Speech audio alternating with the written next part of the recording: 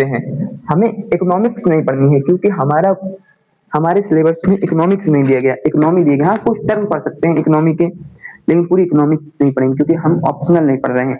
आइए आगे बात करते हैं। किसी भी अर्थव्यवस्था में दो प्रकार की समस्या हो सकती है, या तो संसाधन का अभाव होगा,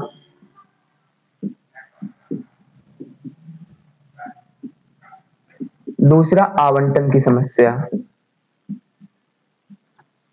समझते हैं क्या होता है।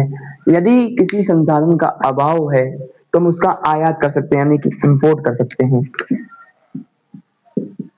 अगर किसी संसाधन का अभाव है तो हम आयात करके उस समस्या को दूर कर सकते हैं। जैसे कि मान लीजिए हमारे देश के पास यूरेनियम का अभाव है, मानना क्या ये है, ये रियलिटी है। हमारे देश के पास यूरेनियम का अभाव है तो हम क्या करेंगे, यूरेनियम का आयात कर लेंगे, ये समस्या हमारी सॉल्व हो गई। समझ में आया। लेकिन देखते हैं,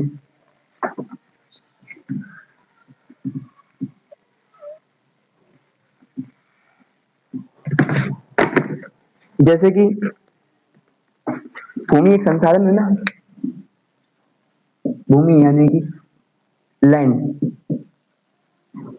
इज अ रिसोर्स, भूमि संसाधन है। तो क्या करते हैं, जो भारत का क्षेत्रफल है जो भी है, हमें एग्जैक्ट याद नहीं रखना है, ये याद रखिए। हम लोग यही गलती करते हैं, यूपीएससी में कोई क्वेश्चन ये थोड़ी ना पूछेगा कि भारत का क्षेत्रफल कितना है। भारत का क्षेत्रफल ना तो, क्योंकि आज से 75 साल पहले जब भारत आजाद हुआ तब भी क्षेत्रफल उतनी का अधिक से अधिक प्रयोग हम कृषि के लिए करते थे। किसके लिए, कृषि के लिए। तो कृषि होती थी, यानी कि जमीन ज्यादा चाहिए, जमीन ज्यादा चाहिए, धीरे धीरे क्या होगा, इकोनॉमी की ग्रोथ धीरे धीरे होगी। तो हम कह सकते हैं जीडीपी की ग्रोथ हो रही है लेकिन धीमी अवस्था में। लेकिन अब हम लोग भूमि का उपयोग उद्योगों के लिए करते हैं। उद्योग के लिए करते हैं तो रोजगार का अवसर सृजित होता है। जब रोजगार के अवसर सृजित होंगे तो हम कह सकते हैं इकोनॉमी, जीडीपी बढ़ रही है। जीडीपी बढ़ रही है तो इसका मतलब यानी कि इकोनॉमी ग्रोथ कर रही है। Is that clear. अपेक्षाकृत अपेक्षाकृत इकोनॉमी अब ग्रोथ ज्यादा कर रही है। तो आपसे इंटरव्यू में सवाल पूछा जा सकता है कि पहले की सरकार और अब की सरकार में क्या अंतर है। वो क्वेश्चन पूछेंगे पॉलिटिकल, आपको ना इकोनॉमिकल। आप दूसरा जवाब ये भी तो सोच सकते हो ना कि पहले वाले बोलते नहीं थे। चलिए आगे बढ़ते हैं। पहले की सरकार जो भूमि यानी कि संसाधन का उपयोग कृषि क्षेत्र में करती थी, जिससे कि जीडीपी की ग्रोथ तो होती थी लेकिन अपेक्षाकृत कम। लेकिन अब की सरकार, जबकि सरकार है, अब जो शासन प्रशासन कार्य करता है वो भूमि का उपयोग उद्योगों के लिए करता है, जिससे कि रोजगार के अवसर अधिक सृजित होते हैं और जीडीपी ग्रोथ कर रही है। यानी कि अपेक्षाकृत अब जीडीपी ज्यादा ग्रोथ कर रही है। याद रखिएगा, इंटरव्यू जब आप देने जाएंगे तो वो समय होगा फरवरी का, उसी समय अपना बजट आता है। तो इंटरव्यू बोर्ड आपसे इकोनॉमी के क्वेश्चन ज्यादा पूछेगा। वो पूछना चाहेगा आपसे पॉलिटिकल, आपको उसे लेके आना इकोनॉमिकल। अगर आप पॉलिटिकल में फंस गए, अगर आप पॉलिटिकल इंटरव्यू में फंस गए तो समझ लीजिए इंटरव्यू बोर्ड को मसाला मिल चुका है। वो आपके साथ थोड़ा वो हंसी मजाक करेंगे और आपको थोड़े वो 10-50 नंबर देके, क्योंकि उन्हें फॉर्मेलिटी भी तो अदा करनी है, 50 नंबर देके आपको विदा कर देंगे। आप अनुमान लगाइए भाई साहब, वहां पर टीवी तो चला नहीं सकते हैं भाई, इंटरव्यू ले रहे हैं, दिन में इतने लोग आते हैं इंटरव्यू लेते हैं, 10-20 इंटरव्यू लेंगे तो उनका समय 10-20 क्या पहले 50 लोगों से एस्पिरेंट से मिलना होगा, तो वो भी तो बोर हो जाएंगे ना। कब तक इंसान सीरियस बैठा रहे, एक काम कब तक करे। तो कोशिश करते हैं कि जो सामने वाला इंस्पिरेंट गया है ना, उसी से हंसी मजाक कर लें, उससे ही हंसी मजाक कर लें और कुछ मजा आनंद ले लिया जाए। माहौल बना देते हैं वो उसी में, अपना कपिल शर्मा शो जैसे चलाते हैं, आगे बढ़ जाती है गाड़ी।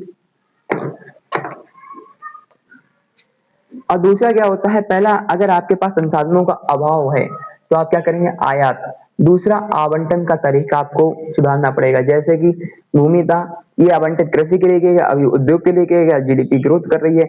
सेम इकोनॉमी के आपको सारे रूल आप अपनी लाइफ पे भी लगा सकते हैं, सेम टू सेम यही प्रक्रिया आपके एग्जामिनेशन में काम करती है। एक व्यक्ति है,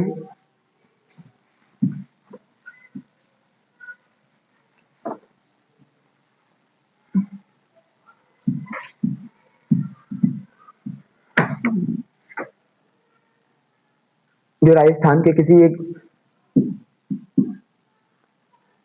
एक छोटे से कस्बे में रहता है,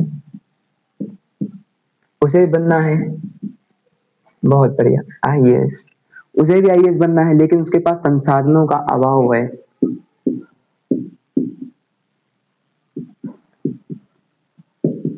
है ना। लेकिन उसका एक फ्रेंड, मित्र जो है, वो दिल्ली में तैयारी कर रहा, उसने उससे संपर्क किया, उसने कहा ठीक है, अब आप भाई आप मेरे मित्र हो तो आपके लिए इतना तो करना बनता है। उसने 2-3 कोचिंगों के नोट्स भेज दिए और कुछ किताबें भेज दी, एनसीईआरटी भेज दी। तो यानी कि उसने संसाधनों का अभाव को दूर किया, पहला कदम उठाया। अब वो जब भी आवंटन करने जाता है यानी पढ़ने जाता है, तब उसे लगता है, जब वो पढ़ता है इकोनॉमी तब उसे याद आती है, जब वो पढ़ता है इंडियन इकोनॉमी तब उसे याद आती है ज्योग्राफी पढ़ें, कब पढ़ें। जब वो ज्योग्राफी पढ़ता है तो उसे याद आती है सिविक्स कब पढ़ें। जैसे ही वो सिविक्स में पढ़ने लगता है तब उसे मालूम चलता है इसरो ने कुछ तब तक भेज दिया है। Am I right? हम लोग संसाधनों का अभाव तो बहुत जल्दी दूर कर लेते हैं, लेकिन संसाधनों का आवंटन एक उचित तरीके से नहीं कर पाते हैं। यही समस्या होती है। हम लोगों का प्रथम कार्य होना चाहिए संसाधनों का उचित आवंटन करना।